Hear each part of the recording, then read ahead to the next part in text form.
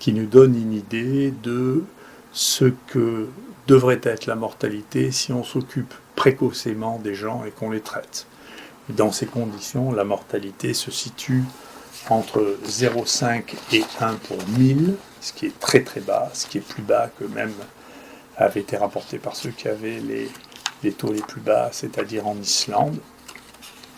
Et sur les personnes qui sont mortes, plus de 80% avaient une espérance de vie inférieure à 1 an.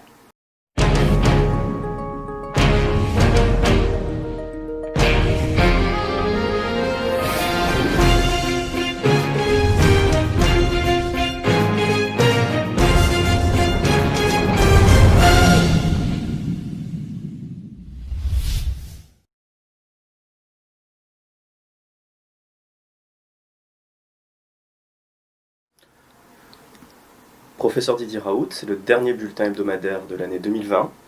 Pouvez-vous faire le bilan de cette année concernant la maladie du Covid-19 et sa fréquence? Oui, d'ailleurs, j'en profite pour dire que je vais rassembler 100% de tout ce que j'ai dit, de manière à ce que les gens puissent le retrouver sans se laisser intoxiquer par des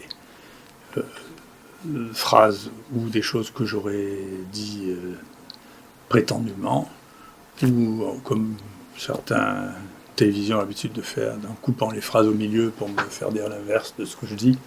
Donc tout le monde pourra trouver textuellement donc, ce que j'ai dit et que j'ai écrit, qui sont nos carnets de guerre de l'année 2020. Ce que l'on peut voir, c'est que, qu'on voit bien sur cette courbe, c'est que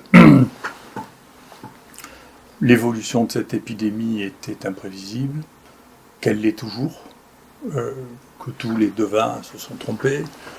Les faux prophètes, on a l'habitude qu'ils se trompent, et vous voyez, on ne connaissait pas de forme d'épidémie comme ça, et cette forme d'épidémie n'est pas la forme d'épidémie typique de ce virus, puisqu'on ne va pas la retrouver dans un endroit. Il y a plusieurs formes d'épidémie. La Chine a une forme d'épidémie qui est comme ça, qui s'arrête là. Il y en a d'autres qui sont à Debos, il y en a d'autres qui sont en plateau. Et donc ceci traduit plusieurs choses, parmi les choses qu'elle traduit et qui sera sûrement un des problèmes majeurs de 2021, ce sont les réservoirs animaux. Là, on a découvert que les visons étaient un réservoir animal absolument considérable et qu'il y a eu plusieurs souches qui avaient plusieurs variants. Il faut bien appeler ça des variants ou débutants, comme vous voudrez. Enfin, c'est des virus différents, parce que les virus à ARN, comme ça, mutent très très souvent. Et quand il y a une accélération de l'épidémie, en particulier quand il y a des animaux qui vivent dans des collectivités très denses, eh bien, ce phénomène s'accélère et il sort de nouvelles souches qui ont un nouveau pouvoir, ce qui pose des problèmes sur l'émergence de nouvelles souches. Nous, on a vu pendant ce deuxième acte apparaître de nouvelles souches. Ce n'est pas les mêmes souches qu'il y avait là et qu'il y avait là. Ce n'est pas un rebond de cette maladie.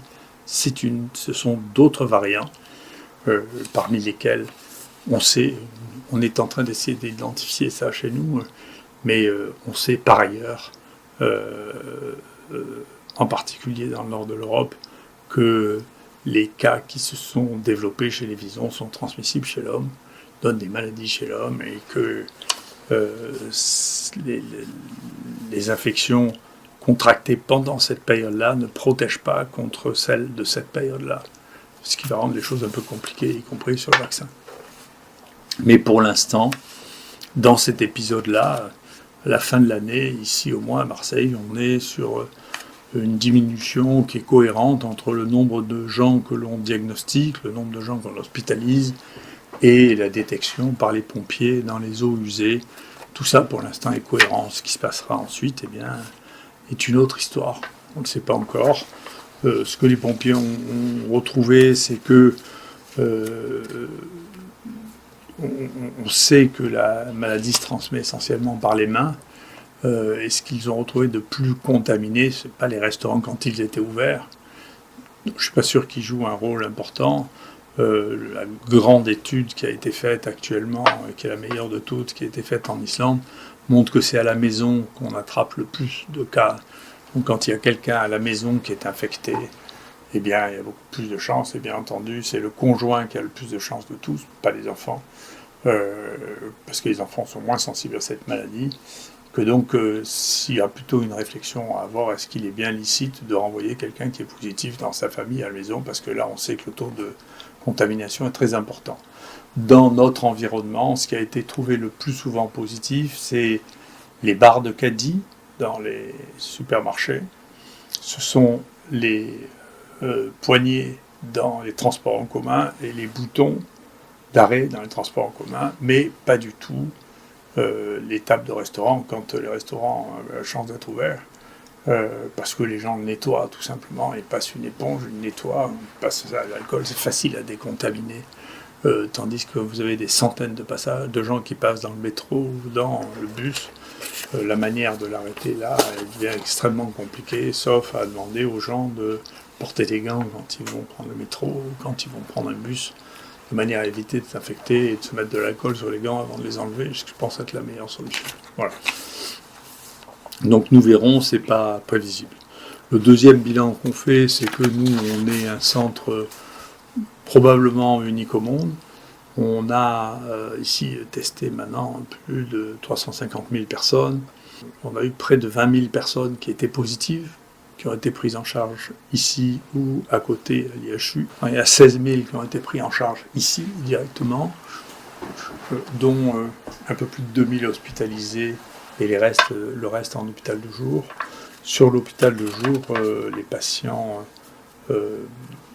qui étaient vus étaient des patients qui étaient vus de manière très précoce, qui nous donnent une idée de ce que devrait être la mortalité si on s'occupe précocement des gens et qu'on les traite. Dans ces conditions, la mortalité se situe entre 0,5 et 1 pour 1000, ce qui est très très bas, ce qui est plus bas que même avait été rapporté par ceux qui avaient les taux les plus bas, c'est-à-dire en Islande. Et sur les personnes qui sont mortes, plus de 80% avaient une espérance de vie inférieure à 1 an, parmi ceux qui se sont présentés. Donc, cette stratégie qui constitue la détection des gens précoces, avec des signes très faibles, ou les gens contactent, et leur prise en charge, amène à faire que la mortalité de cette maladie est extraordinairement faible pour les gens qui n'ont pas déjà des facteurs de risque extrêmement importants de mourir dans l'année.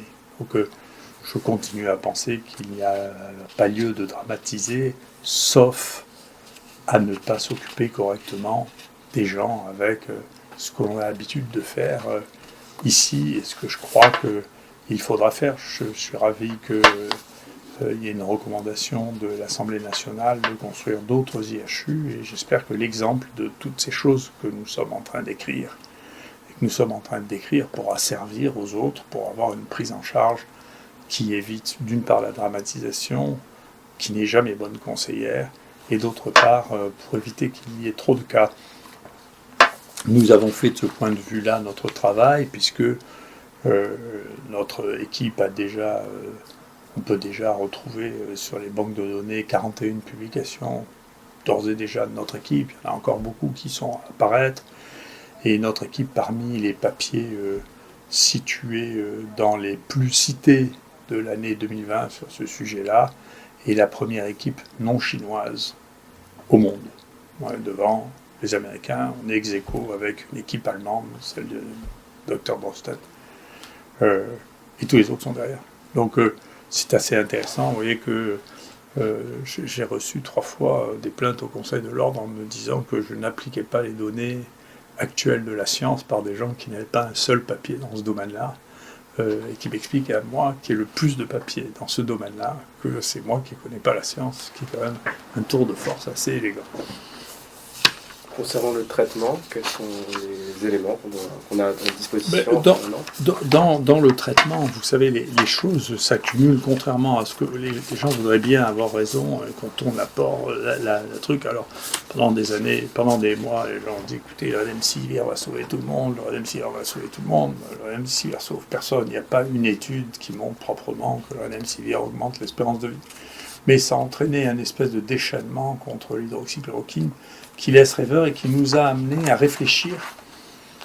Il y a maintenant 179 études qui ont été publiés ou qui sont sur le point d'être publiés qui testent l'hydroxychloroquine, qui comparent l'hydroxychloroquine. Et donc, Mathieu Mignon, chez moi, a fait un extraordinaire travail pour savoir pourquoi il y avait des gens qui étaient pour, pourquoi il y a des gens qui étaient contre l'hydroxychloroquine. On a déjà fait un papier là-dessus. Mais par exemple, ceci est beaucoup guidé par les conflits d'intérêts avec Gilead. Si vous avez une étude qui est payée par Gilead, ou qui comporte majoritairement des auteurs qui ont des conflits d'intérêts avec Gilead, eh bien, dans 73% des cas, vous dites que l'hydroxychloroquine ne marche pas. Et dans 100% des cas, vous dites que le remdesivir marche.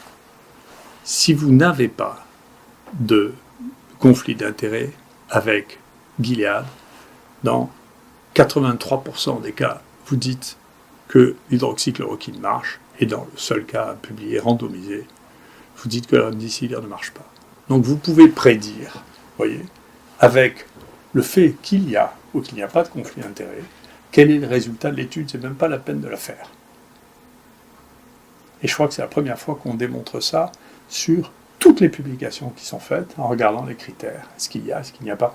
Parfois, ces conflits d'intérêts sont un peu cachés, mais on les retrouve parce qu'il y a des banques de données pour ça. Donc il y aura une vraie réflexion à mener à la suite de cette histoire, qui a amené quand même des journaux qui étaient considérés comme les plus fiables du monde, comme le New England ou le Lancet, à publier des faux grossiers, à les rétracter. C'est pas une question d'opinion. Eux-mêmes les ont enlevés. Vous vous rendez compte, dans le mois qui a suivi. Donc c'est pas des choses qu'il était difficile de découvrir. Il suffisait de les lire avec un peu d'objectivité pour voir que ces papiers étaient des faux grossiers. Donc comment on est arrivé à ce degré de tension, à cette influence si massive sur le résultat des travaux, c'est quelque chose qui est extrêmement intéressant, qui fera l'objet de travaux à venir considérables. C'est extrêmement important de comprendre ce qui s'est passé. Donc en pratique, nous, on est assez content de voir que l'outil qu'on avait mis en place a pu permettre de faire face ici à une épidémie considérable. On est content d'avoir une espèce de consistance dans ce que nous avons dit. Vous verrez bien si on a passé notre vie à se contredire ou non, parce que, encore une fois, tout ça sera parfaitement écrit. Et à cette occasion, bien entendu, on a laissé les autres s'exprimer comme ils le souhaitaient, sur les plateaux de télévision ou dans les journaux. On a continué à travailler. On a travaillé beaucoup. On a publié beaucoup. On est les premiers hors Chine à avoir des papiers qui soient lisibles.